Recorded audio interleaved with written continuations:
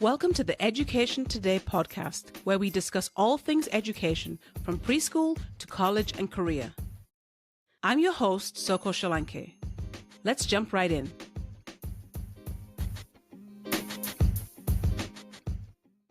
So my guest today is a middle school music teacher that I have had the privilege of subbing for a couple of times this year, and he's just phenomenal. So I just really wanted to have him on the show, and he said yes. So welcome to the show, Don Scott. Hey, what's up, everybody? All right, I'm It's happy good to be have you here. here. Yeah. So tell us a little bit about yourself. All right. Well, I'm a native Tampanian. Y'all don't meet too many of those. It's true. Yep. So born and raised in Tampa, Florida. My family is all from here as well. The Scott family is very synonymous in West Tampa. So my dad had 16 brothers and sisters. No, I'm sorry. Yeah, he's one of 16 brothers and sisters. Oh. Yeah, the Scott family is pretty big. So it's Okay. a lot of Scotts in Tampa. A lot of Scots that you're related to? Yes. Oh, okay. That's interesting. I wonder if I've taught some of them. Yeah, you might have met a few of them along the way. Especially if you've been here in Tampa for a very long time. So you probably met or taught or interacted with my family some way, somehow in the Tampa area. Oh, that's cool. And you're married and you have a child, right? Yes. Me and my wife, we've been married for 9 years. We just celebrated our 9th anniversary on May 24th. Congratulations. Congratulations. Yep. Uh-huh. Yeah. Yep. 9 and you years. have a son. Then this past year, we had our first child. Yay. Yep, Congratulations. So it's a baby boy. You had a boy, right? Yeah. Yep. Okay. Well, it's so good to have you on the show. So have you always taught middle school? No, I've taught high school before. Okay. Yeah, I've That's taught. good to know. Yeah, I taught at Wildwood High School. I don't know if you're familiar with where Wildwood is, but you know where the Turnpike and 75 meet up there in Sumter County. That's where I taught high school at. So that's north of here, right? Yeah, north of here. Like if you were on your way to Ocala. Okay. Yes. Right before you get to Ocala, that's Wildwood. My first year teaching, I taught Wildwood High School and I taught at Wildwood Middle School the first year. Wow. That's why out there? Well, as a young band director, I was trying to, get my foot in the door in Hillsborough County in Tampa.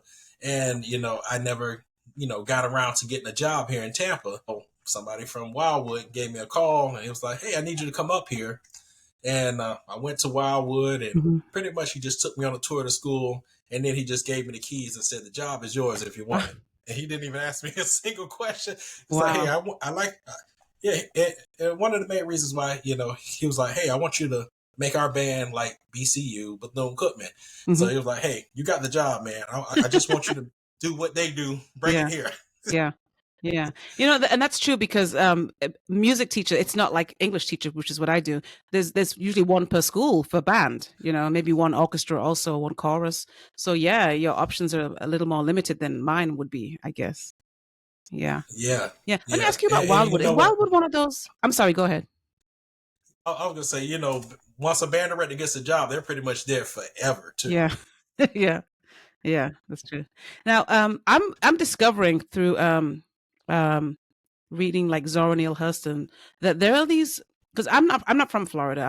I grew up in the UK. I'm African. I grew up in the UK, but I'm discovering that there are these small communities in Florida that are historically Black communities. Is Wildwood one of them? Kind of, sort of. Yeah, it kind of is. They got this railroad track. That's where most of the Black people stay on the other side of the railroad track. But it is a very small town, and they do have a lot of history there and stuff. Okay. So that's good. Yeah. It's a whole bunch of little pockets up there. I think in Lake County, you got a place called Eustis, which is like an all Black little town settlement. And stuff. So you got them all throughout, especially in North Florida. Yes, I've driven through most of those places you just mentioned on the way to St. Augustine. Yeah. Okay. So I want to go back to the beginning because you're a middle school music teacher right now and you're a very accomplished musician. But I want to know, how did this start? Like when did somebody first put an instrument in your hand? And like who put it in your hand, first of all? Oh man, okay. Well, this is it's pretty deep here. So my dad, he loves music. Um, he was actually in the first band at Blake High School. You know Howard W. Blake, Okay. which is like Yes. one of the historically black high schools in Tampa, and Uh-huh. he was in the first band there. This was back. Um, Remember, I was telling you, my family. My dad was Yeah. like one of 16. He was Yes. like the youngest of the 16. Mm-hmm. So like my grandfather right now would be way over 100 years old. So my dad, he was in the first band at Blake back in 1957. He was in the first band at Blake, and my dad just had a strong passion for music, so he kind of pushed me and my siblings to play instruments as well. So Oh, okay. he pushed my sister to play piano. My brother played guitar a little bit, and then my other brother played saxophone, and he was Mm-hmm. pretty decent, pretty good Yeah. saxophone player when he was in high school and middle school. And so after seeing everybody try to play some music and stuff like that, it was just destined for me to play an instrument. So first, my dad started. He gave me the guitar. So he wanted me to learn how to play guitar because my dad, he loved the Oh. blues. So he was like, "Hey, Oh, I wow. want you to play that guitar like BB King." So my dad got me private lessons and stuff. So I Okay. had a couple private instructors trying to teach me how to play the blues and play jazz and stuff like that on the guitar. And I did that for about 2 years. And I was Mm-hmm. 10 years old when I started playing guitar. And to be honest, I really didn't like the guitar that much. I was just like, okay, I guess I'll just play it just to play it. But after looking back on it, it's like I retained a lot of that information and stuff because when I got deeper into music in college and stuff, like, oh, okay, I learned about the Phrygian modes and all these different modes and different scales when I first learned how to play the guitar. But my passion for music really didn't happen until my uncle started teaching me how to play trumpet. And my Oh, okay. uncle, yeah, so this is on my mom's side. So this is my aunt's husband. My uncle Claude, he taught me how to play trumpet, and he used to talk about when he was in college because he was in the marching men at Bethune Cookman College. Mm-hmm. So back in the day, it was called Bethune Cookman College. So he was at Bethune Cookman College, and he was the trumpet section leader from 1970 to 1973. Mm-hmm. And as a kid growing up, my uncle used to talk about the band and just brag about how much fun he had, all the different people that he met, and lifelong friends he made through the band and stuff. And one day, they started taking me to the games and stuff at BCU, especially homecoming. I don't know if you Mm-hmm. ever been to HBCU homecoming. You got people from all eras, old school, new school, Yeah. all coming together. And it's just like a big family reunion every time we went up there. And I used to see how my uncle interacted with all his college buddies and stuff. And the camaraderie, they were just having so much fun and just talking about all the old stories when they used to be in the band. So that kind of motivated me like, okay, I want to, learn how to play an instrument so I can be a part of the band and just Okay. have that kind of camaraderie with folks. Yeah. And Oh, that then that's a pretty. we yeah, that's pretty deep. But now Yeah. I'm getting a little deeper here. So when I was doing this, when my uncle was taking me up there to BCC, the band was really small. So Mm-hmm. back then it was like a very small band, and we used to go against. They used to go against FAMU all the time. So Yeah. when BCC band had like probably 80 people, FAMU had like 400 people. So it was Oh. like a big mismatch every year. So I'm like, man, and my uncle used to be all excited about BCC all the time. Like, yeah, our band is better. It's the marching men of Cookman and all this stuff.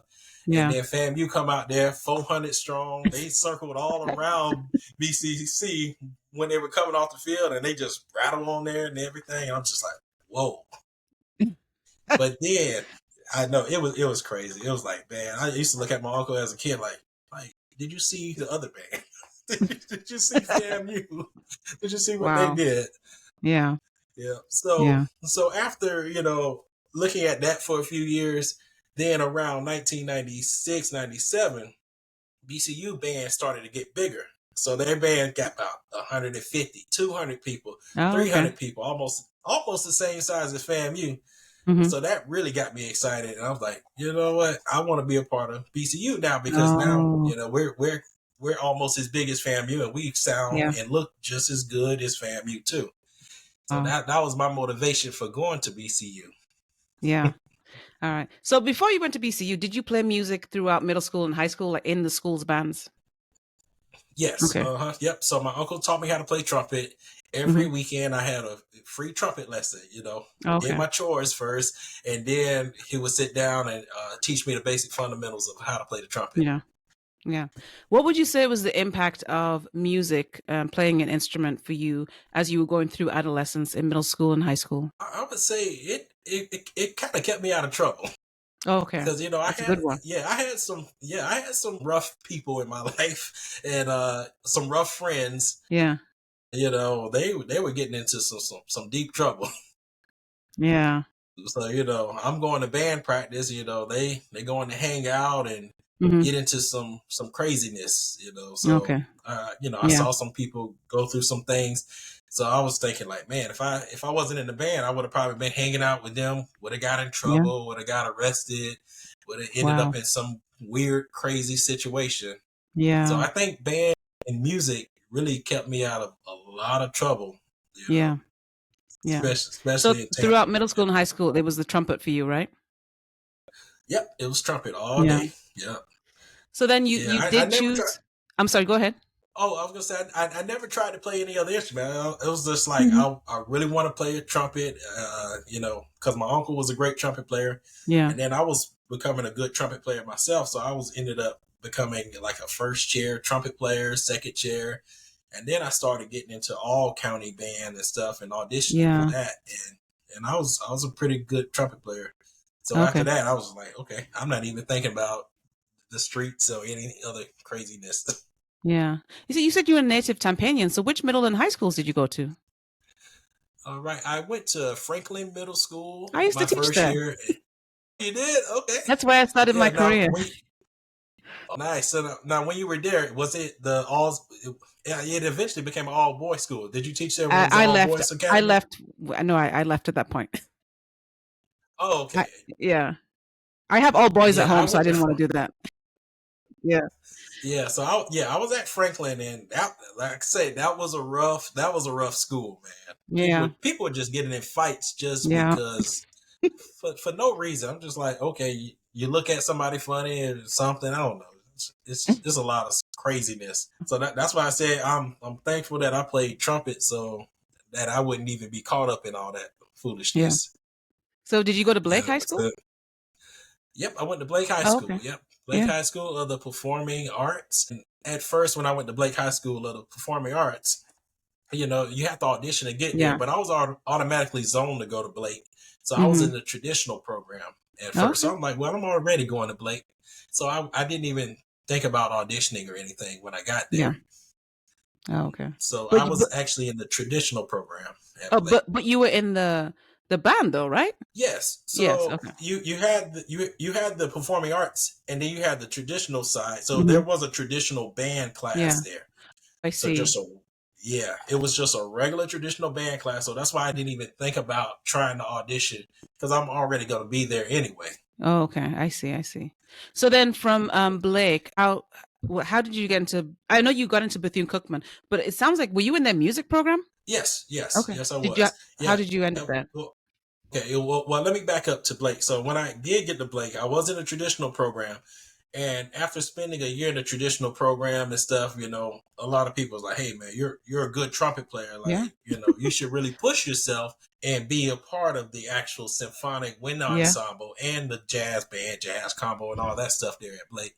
So I was already there at the school, so I went ahead and auditioned, and then I was a part of the performing arts program, and that's when Good. I did some of everything. So yeah, and then Good. yeah, it was a neat experience. And my band director at Blake, he actually attended Florida A&M University, and his name Okay. is Robert Your rival. Griffin. And yeah, he was from the rival. And he made band fun. He really Okay. did. Good. Yeah. Yeah, because the way Blake is set up, it's a performing arts school, but because it's a historically black high school, they Hmm. want that HBCU style and stuff. So that's why Mr. Griffin was there. I So see. yes, we had a classical, we had chamber orchestras, all kinds of stuff there. Mm-hmm. But the marching band had to have that traditional style, and we also mix it in a little bit with core style as well. Oh, okay. And And you Mr. had Griffin the made it. major. Did they have the Mr. Griffin made majorettes it and fun. everything? So, I'm sorry. Did they Yeah, have the we had the dance. majorettes? Oh, okay. Well, That's we didn't cool. have majorettes, but we had dancers. Okay, So they had the that's good. dance. I think it was the dance department at Blake. Most of their dancers were in the band doing the Okay. auxiliary stuff. Oh, Um. okay. So then, Bethune Cookman, tell us about that experience and how you ended up in there. Well, not, I know how you ended up in that band. You're a very talented musician, and what that experience was like for you. Man, sure. I Oh, do let me want to ask you talk this: about how I got was there. there? Let me ask you this: any question of you going anywhere else in your family? There was no question. There was no doubt because, like I said, my uncle, he would always talk about Bethune Cookman. He would always take me to all the games. So I saw how the band got better over the years, and yes, I said, you know what, that's where I want to go. Yeah, Yeah, that's good. and then the cool thing about that, every year while I was at Blake, BCU, some of the band directors would come down every year and Mm-hmm. audition us.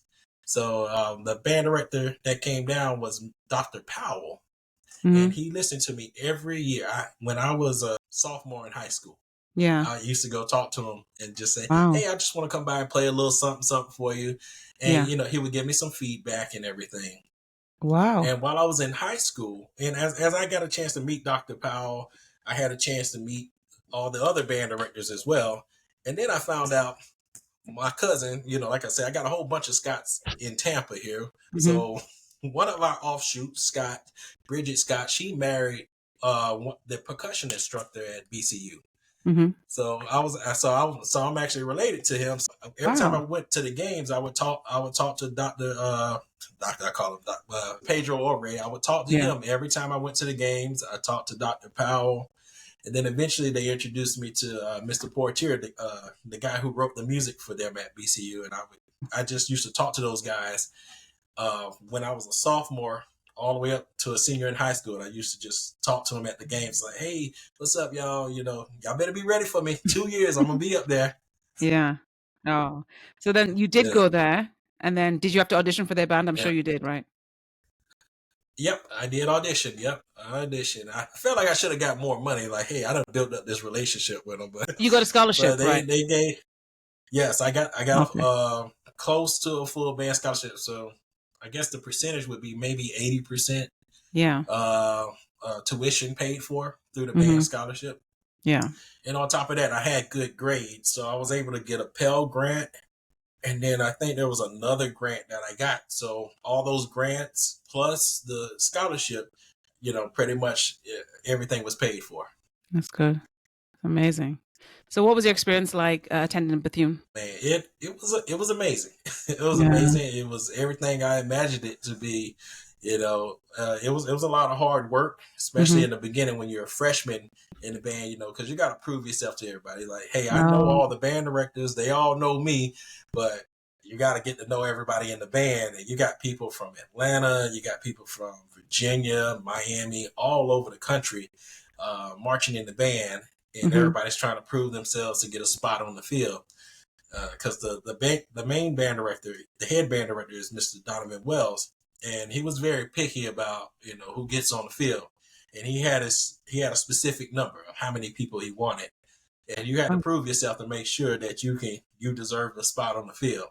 Mm-hmm. So because I was a strong trumpet player and I had strong will and desire, I always had a spot on the field. I march every single game. Wow.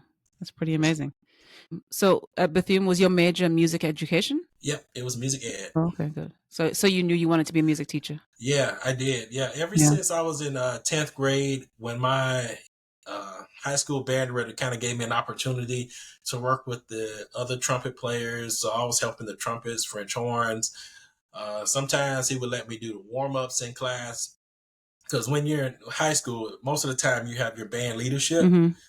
And when I was in the traditional band class, we didn't have any band leadership Yeah. in that class. So, you usually have that drum major in there. So he was like, okay, well, you seem like you want to get class going and stuff. Mm-hmm. So he would let me warm up the class. He'll let me take the band through some of the stand numbers, stand tunes and stuff. Yeah. And as I was up there at the podium and trying to teach the class and stuff as a 10th grader, I was like, you know what, I think I could make this into a career. Awesome that you knew when you were in 10th grade what you wanted to do, and based on like the inspiration of your teacher, right? Yeah. Yeah, That's Mr. pretty Griffin. amazing. Yeah, Yeah. because he was just so cool and laid back, and he just knew how to get good music out of people and stuff, Yeah. man. You know, Yeah. he knew how to work with the band, and every year we would get a superior at marching competition and Hmm. jazz competition, and we also did it on the state level too. Yeah. Yeah. So what you just described about your teacher in 10th grade is what I saw in you actually, because even though I subbed for you, I think both times you were like there, you were just in and out, you know? I think one time you were there, but you were in and out. You had something else going on across the street or something. And another time, I think you were there in the morning and perhaps, and you said, but anyway, I was just like, what's going on here? First of all, the teacher's not here, but the kids, the instruments are out. And I remember you saying, I think like I asked you about that, and you, okay, I think I saw you the day before I subbed, and you said, yeah. Well, you tell us, what is your rationale? Because I haven't subbed for many music teachers, but the ones that I have, they do not leave the instruments out. What is your rationale for doing that? Man, well, a substitute kind of talked me into it a long time ago. But because I used to be like that, I was like, okay, no instruments, y'all Hmm. just sit here and do these worksheets. So I think I was out for like 3 4 days, and I was like, okay, everybody just do these worksheets, very simple worksheets. Everybody should be able to get through it. And then when I came back, like this one substitute was like, man, it was just so much like the kids were just out of control. They were crazy. They didn't want to do the worksheet. Yeah. They kids were asking leave to use the restroom and never came back to the classroom. Yeah. It's stuff like that. So one substitute was just like, why don't you just let it be a normal day? I said, well, maybe, I don't know. I mean, I do have band leadership in there and stuff, so maybe I'll try that. So I tried it a couple times. So let's see what happens, and actually the class ran smoothly, Yeah. because we do have drum majors, we have band captains and section leaders. So when I'm not there, they know, okay, today we have to try to work on stuff that's, for the next performance. So they know they got to keep that going, especially when I'm not there. Yeah. And I've been doing it ever since. Yeah. I mean, when I said that, what you said about your teacher reminded me of you. I just remember just being amazed by the way that you've set up the leadership, because I'm sitting there as a sub thinking I'm in control of this class and I don't know what I'm doing. But your 8th graders came in and took control.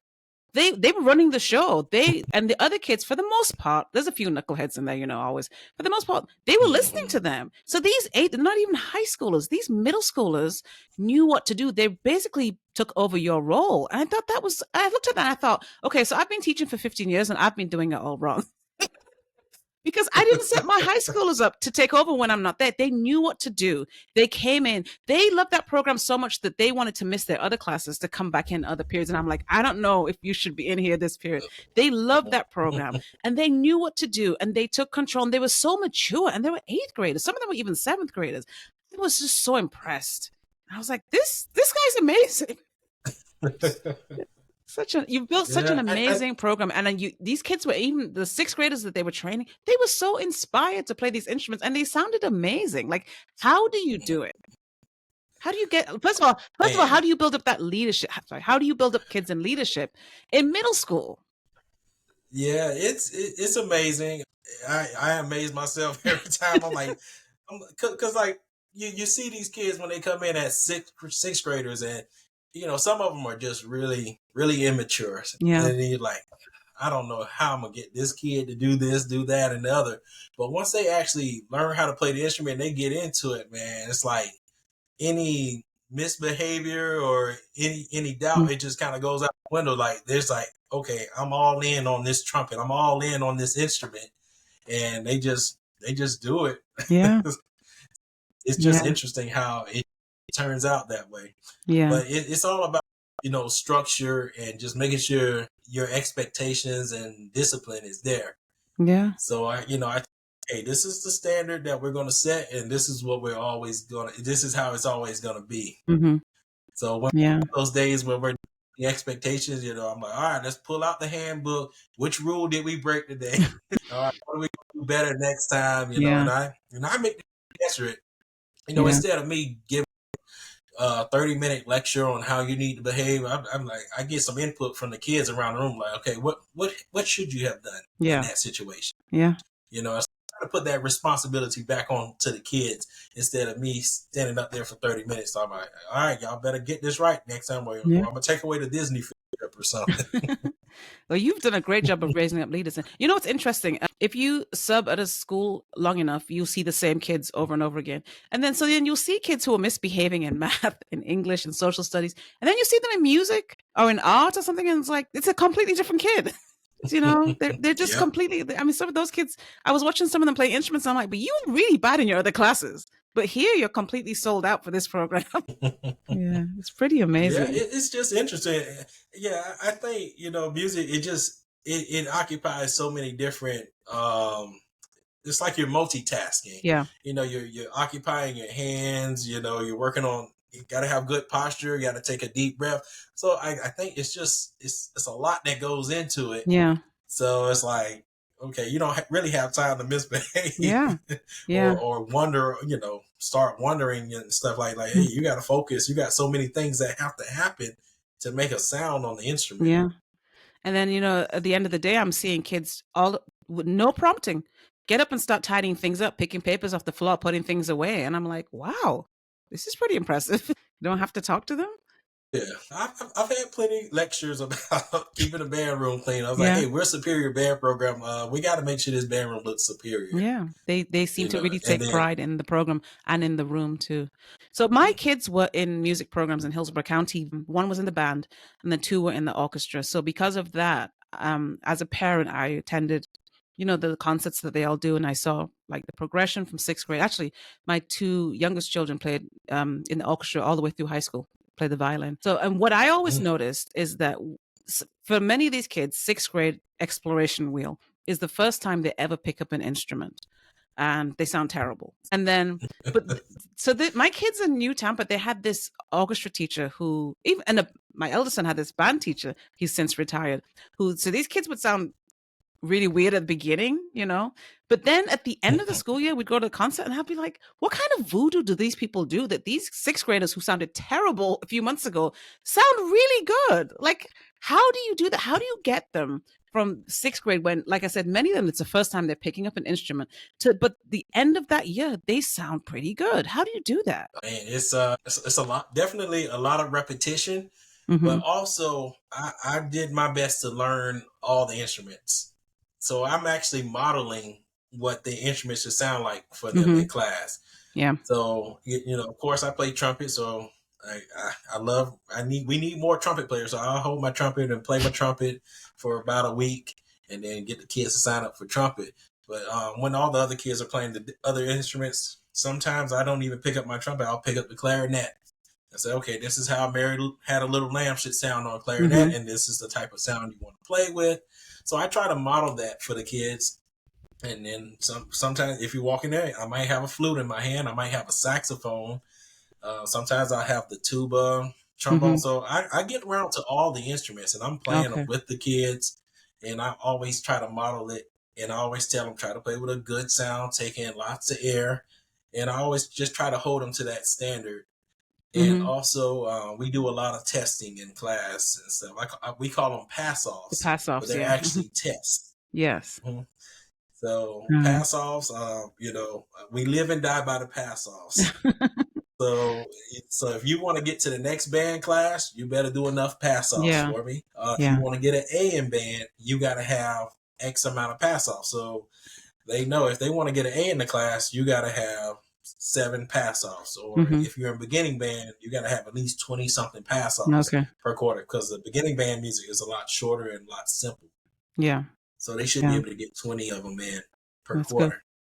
When they first come into you as sixth graders, perhaps they've never had an instrument before, how do you determine who's going to play percussion, who's going to play the clarinet, who's playing the tuba? All right. So a lot of them, they come in, they have their mind set on whichever instrument they want to play. Okay. But first, we're going to do some instrument testing. So I'll have it set up.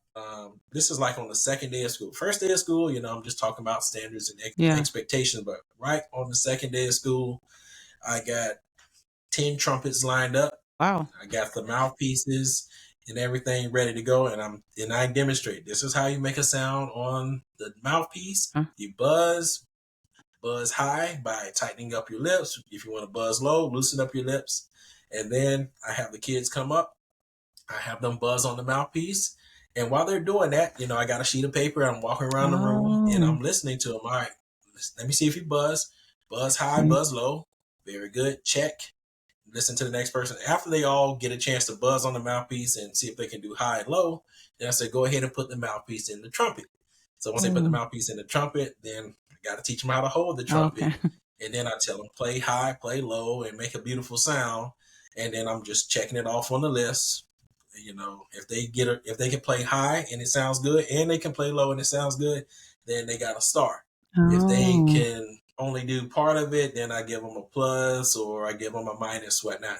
So we do that for the first 2 weeks. So we do trumpet on day one, and I've been doing it for a while. So I'm pretty fast at getting 60, 70 kids through all the instruments within 2 I weeks. see. Oh, okay. I always wondered how they determined that. That's cool. Yeah. Yeah. That's Yeah, so cool. that's the first 2 weeks. That's all we're doing. We are trying instruments. We're trying to buzz. We're trying to make a sound, and it pretty much takes up the entire class period. So trumpet day, then the next day is like trombone Oh, day, and okay. we're doing the same thing. Tuba day, French horn day. Oh, Then we go wow. to woodwind instruments. This is how you make a sound on a woodwind instrument. Then I see if they can make a sound on it. Then we go flute, saxophone, Mm-hmm. and then we do percussion just to see if they got good timing, good Yeah. rhythm. And then after that, they're going to fill out their sheet and they're going to pick the 3 best instruments they sounded good on. Oh. Not your favorite instrument. Like, hey, I always wanted to play percussion because my dad played percussion and I'm going to be a good percussionist too, or something. Yeah. But they have to explain why they want to play that specific instrument. And then I look at my list because I've been taking notes and plus, stars, minuses, Mm-hmm. and I look and see if it matches up. And if See. it match up, then I'll give them that instrument. Oh, okay. That If makes it doesn't sense. match up, then I look at their second and third choice, and I try to see which one they were the strongest on for Mm-hmm. the second and third choice. And then I say, okay, let's go with this. I know your first choice was trumpet, but when you tried trumpet, you had a hard time hitting the high notes. But because you can play low notes really well, you put trombone and tuba as your second choice, then you can pick either trombone or tuba. Oh, okay. Okay. I always wondered how you guys did it. Okay, that makes sense. That's cool. It's also cool that Yeah, you yeah, let them play instruments on the second day of school. That's pretty cool. yeah. We Yeah. jump right into it. Yeah. Yeah. That's cool. Yeah, it was like a long time ago. I used to try to talk about it for like a week, but Yeah. it's like they're just anxious to Yeah. play. So let's just have it organized, ready to go on the second day, and let's just jump into it. And they're gonna make a bunch of mistakes along the way. Yeah. Let's just do it so we can That's figure really it cool. out. That's really cool. And like I say, I'm sharing all my secrets. But once we go through that instrument testing, you know, I already put them on the instrument they're gonna sound the best on. Yeah. So they already you know, that they already got the upper hand because they already sound good on that instrument. So now we can progress really quick Yeah. versus having them pick instruments and not even trying them out. And I've done that a couple of times, and it's like some of them will practice and take it serious and get really good really quick. And then some others, it just takes forever because Mm-hmm. they thought they were going to sound good on saxophone, but it just never panned out. Yeah. So at least this group of kids, they know, okay, I did try the sax and I did sound good on it. So, it's a good fit for Yeah. them and they progress really fast. Yeah. So I know some of your students are allowed to take, or not allowed, able to take the instruments home and practice. But what about like your percussion players or your like tuba or euphonium players? Yeah, the tuba players, sometimes they just have to take it home on the weekend, or Okay. some kids, they take it home every other weekend, something I like see. that, or they just take their mouthpiece home and they can do some mouthpiece Yeah. buzzing. Yeah. Yeah. Yeah. Now, also, I do open up the band room a little bit early. Before I had my son and everything, Mm-hmm. I used to get to school, probably about an hour early. Open Wow. up the band room for kids that wanted to do pass offs and wanted to Yeah. get some practice in. Yeah. Yeah, I noticed that when I was there, they were trying to get in early, and I was like, "The bell hasn't rung yet. We always come in early." They said. I said, "Wow, you guys are really committed." That's really cool. Yeah, Yeah, they love it. I know. High school band teachers, summertime is not really free time because a lot goes on with high school band over the summer. They're always out there on the field marching and in the heat. But do anything like that for middle school? Yes, we do a middle school band camp. Good. And matter of fact, it's coming up very soon, June 24th, and we're gonna go all the way to July 4th. So Oh, 10 days. so that is for kids already in the program, right? It's not prospective. Yeah, yeah, Okay. kids that are already in the band. So for those 2 weeks, we're gonna work on patriotic music because we are gonna do a performance, Fourth of Mm. July performance at Wow. Avalon Park. Wow. Yeah, we've been doing. Yeah, I think we've been doing Avalon Park for about the last, I think, almost 10 years. Almost, yeah, Wow. yeah. We've been there every year. That's pretty cool that you have kids to commit to do that in the summer. With all the things going on, families have schedule wise in the summer. That's pretty cool. Yeah. So Yeah, I think we does that get. include Yeah, your? most of the time we get half of them. Yeah. Yeah. Does that include your eighth graders who just left? Yeah, some of the eighth graders that left, they do come back because they Yeah. love it so much. And they don't have nothing to do during the summer, so Yeah. they want to come back for band camp. Yeah. They want to help the seventh and eighth graders that are there. Yeah. So let me Yeah, so just I always have helpers. that's good. Yeah. And you obviously created a program that the kids love that they don't even want to leave. They want to come back. And your school is right across the street from the high school. Do you have kids coming back and trying to help and visiting and stuff? Yes, the high school kids, they love coming back to help the Yeah. band. That's Yeah, cool. they're always writing me saying, "When is band camp? When's the next performance? I want to come out and volunteer and help and stuff." So they're Yeah. always. I see them, Yeah. from sixth grade to 12th grade. I see them all the time. Yeah.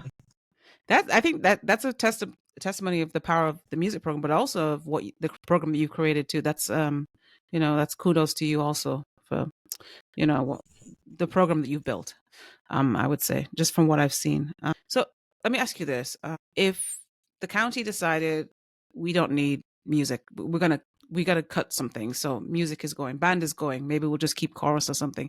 And then you had the opportunity to go before the board and speak and explain to them why you believe the program should remain.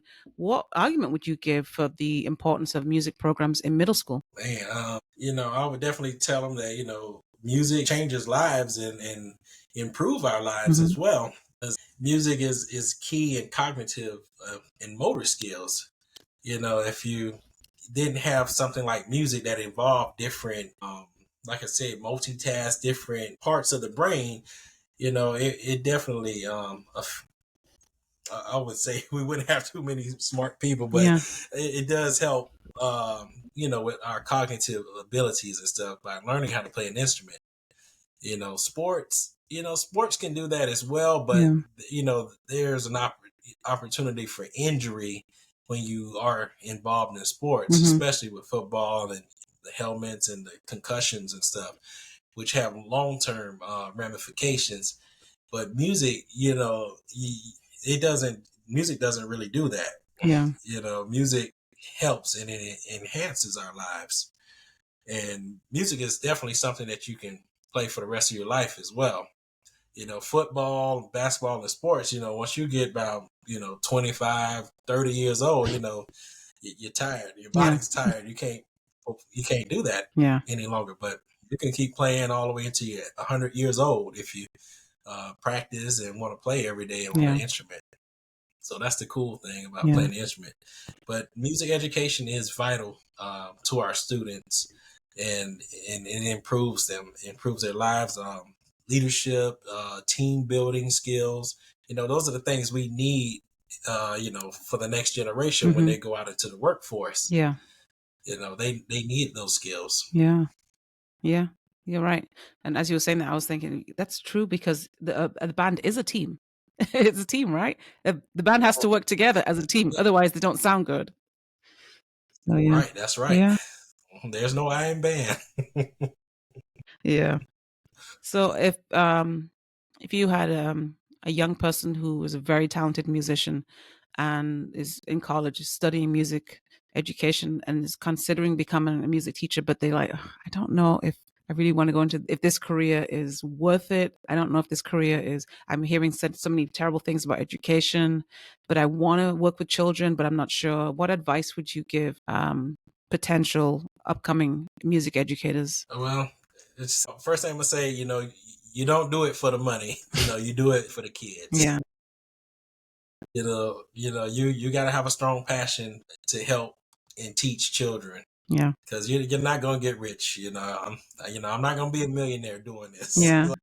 So once you kind of get that out of your mind that you're not gonna make $1 million doing this, Hmm. then you could really focus on the kids and building up the kids. Yeah, If you build the kids, you build the program the right way, then success would definitely yeah. come. That's true. That's good. Now, do you play in a band outside of school? Yes, I do. Yep, I play in two bands Oh, outside of wow. school. I play with the Distinguished Men of Brass, Oh. and I know we was talking about my career and everything. I taught middle school for 11 years. I taught high school for 3 years, Hmm. and one year I was a substitute. And the reason why I was a substitute is because I was trying to get a job here in Tampa, and it just didn't pan out. Hmm.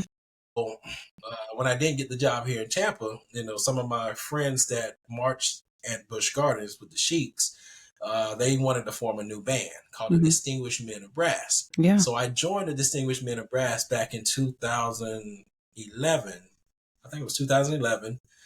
And we formed this band, and we were actually able to get on America's Got Talent back in What? 2012. Yeah. Whoa. Yeah, so Wow. we were on TV, and we were able to get some gigs off of that. We went to Las Vegas and performed about 5, 6 times because Wow. of that appearance. And matter of fact, when we were on there, we actually made it to the top 48 that Wow. year. I got to go back on YouTube So and it see was if I like can find this. yeah, check it out. It's on YouTube. Yeah, America's Got Talent season 7, Oh, wow. 2012. You'll see the Distinguished Men of Brass, and you will see me on there. That is so cool. Wow. So do you tell your students that? I share it with them all the time. Yeah, I bet they love yeah, that. I tell them about it. I tell them about it, and I say, if you guys practice hard, then you'll be able to do stuff just like that. You just get with a group, get with a band, and just be able to perform all over the country and Yeah. stuff. That is cool. That is really cool. Yeah. I got to look that up. Do you play for a church or anything? I don't play for a church currently. I'm just so busy, but I'm actually going to play on a gospel concert coming up very soon. They called me and say, "Hey, we need a trumpet player." So, Wow. that's yeah, it's the cool thing. Once you learn how to play an instrument and you become really good at your craft and Hmm. stuff, people will give you a call and say, "Hey, man, I need a trumpet player to play with Wynton Marsalis," which I have. I Oh, played with Wynton Marsalis before. I don't know if you're wow. familiar with him. Yeah, that's Yeah, pretty so cool. I actually met him in college, and then when he came down to Tampa, he was like, "Oh, I want the Distinguished Men of Brass to play on stage with me." Oh, wow. And when we came back from our performance across the street, we came over there to see Wynton. Hmm. And then at the end of the show, we went out there on the stage and we played with him. That is And so he cool. always does this little solo thing at the end. And we came out there and we played and jammed out with him on stage in front of the whole entire crowd and everything. Wow. It was really cool because like I had some friends that were there. I didn't even know they were going to the Wynton Marsalis concert, Hmm. and they said, "Hey, play that trumpet, Donald. I hear you, man." I was like, "I didn't know you were gonna be here," and that's what they said. I didn't know you were gonna be on the program. It's the biggest surprise of my life. Like I see Wynton Marsalis, and then I see a friend of mine on stage playing. Wow. So I had several friends in the audience when we played with Wynton Marsalis.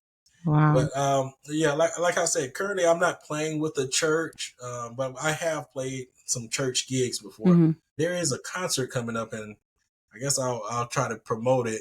But Darius Twyman, I think it's William Murphy the second. Wow.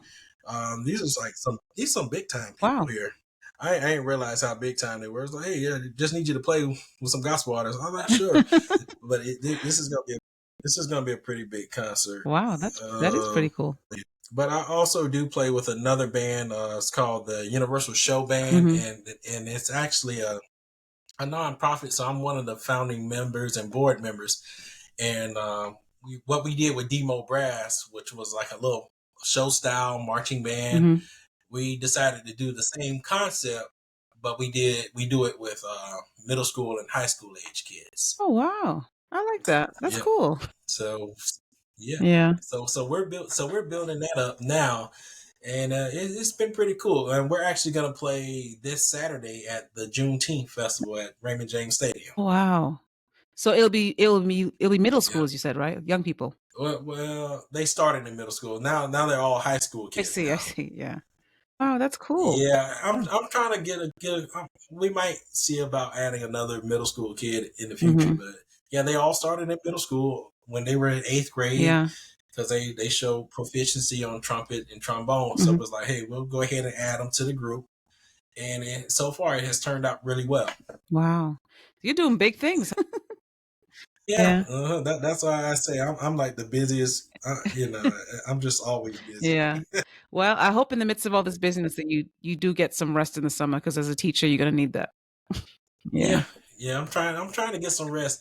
I think after this weekend, after I get done with the Juneteenth and then the gospel concert thing, we got like two Oh, rehearsals for okay. that, and that's pretty much relaxed. Hmm. It's more chill compared to the marching band stuff. Wow. So we have that, but once I'm done with the marching band and the band camp and everything, then I get like 3 weeks to rest Oh, okay. before Good. teachers go back. Good. Yeah. Well done, Scott. It was great to have you on the show. I feel like you're a phenomenal educator, and I just wanted to showcase some of your talent on this show and just let people know that there are phenomenal educators out there. There's lots of them, actually. But thank you so much for honoring my invitation and coming to talk to us about music education and teaching middle school band. All right, no problem. Anytime, man. This was fun. I mean, I get a chance to talk about what I do. Yeah. And this was fun. Yeah. I always Yeah, tell people, if I and wasn't an English teacher, yeah, I always tell people I wish I could, because I sing. I don't play an instrument. I always say I wish I could play the piano, because if I could play the piano, I would have been a chorus teacher. Because when I watch chorus teachers, orchestra teachers, and band teachers, they just have such a love for what they do, and they get to see the rewards of it. I feel like as an English teacher, I don't get to see the rewards of what I do, but when the kids are up there singing or playing, you're like seeing the rewards of everything you worked hard for that year. It's pretty cool. yeah, Yeah. Yeah. But yeah. That's the fun part. They get to experience it, go on stage, perform, and you get to enjoy the fruits of your yeah. labor. Yeah. It's good. All right. But thank you so much for coming on the show. It was great having you today. All right, thank you. Thank you.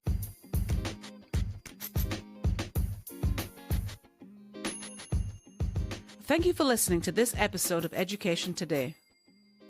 If you enjoyed the show, please hit the subscribe button and consider leaving a review on whichever platform you are listening. You can email any questions or comments about the show to edtodaypodcast@gmail.com. And you can find me on Instagram and TikTok at Sokor_Writes. That's SOHKOR_Writes. This podcast is listener supported, so if you are able to make a donation, check out the show notes for ways in which you can give. See you next time, and thank you again for listening.